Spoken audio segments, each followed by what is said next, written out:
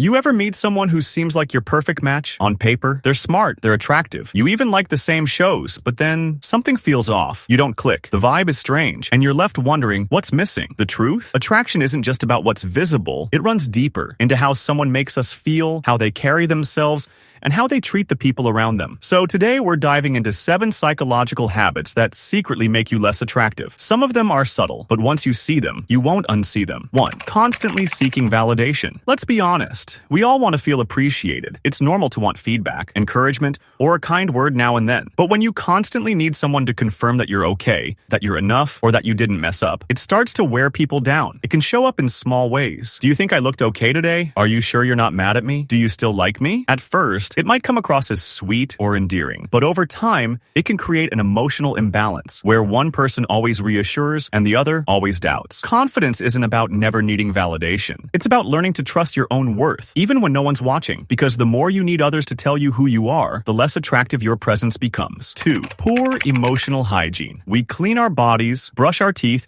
and dress up for first impressions. But what about our emotions? Holding on to bitterness, unspoken resentment, or past baggage without doing the work to process it. It all leaks out. Maybe it's the way you snap during small arguments, or how every story circles back to how someone hurt you, or how every new relationship starts with suspicion because of what the last one did. That stuff adds up. People can sense emotional mess, even if you smile through it. And while we all carry wounds, the difference is in how we deal with them. Do you hide them and hope no one notices? Or do you tend to them, learn from them, and grow stronger? Being emotionally clean doesn't mean being perfect. It means being responsible for your healing, and that's incredibly attractive. 3rd, lack of curiosity about others. Here's a big one. You can be funny, charming, even smart, but if you never ask someone, how about you? You become forgettable. Conversations are a dance, not a monologue. If someone always feels like they're just an audience to your life story, they'll eventually stop showing up. Curiosity shows presence. It shows you care. Simple things like, what's been on your mind lately? What made you laugh this week? How do you feel about that? These aren't just polite questions, they're connection points. And connection is where attraction blooms. People don't fall in love with your resume. They fall in love with how you make them feel. And feeling seen is one of the most powerful human experiences. 4th, passive communication. We've all been around someone who says, I'm fine, when they're clearly not. Or who says, whatever you want, every time there's a decision to be made. It might seem polite or easygoing, but too much passivity makes you hard to connect with. People want to know where you stand, what you like, what matters to you. When you constantly avoid expressing your needs or opinions,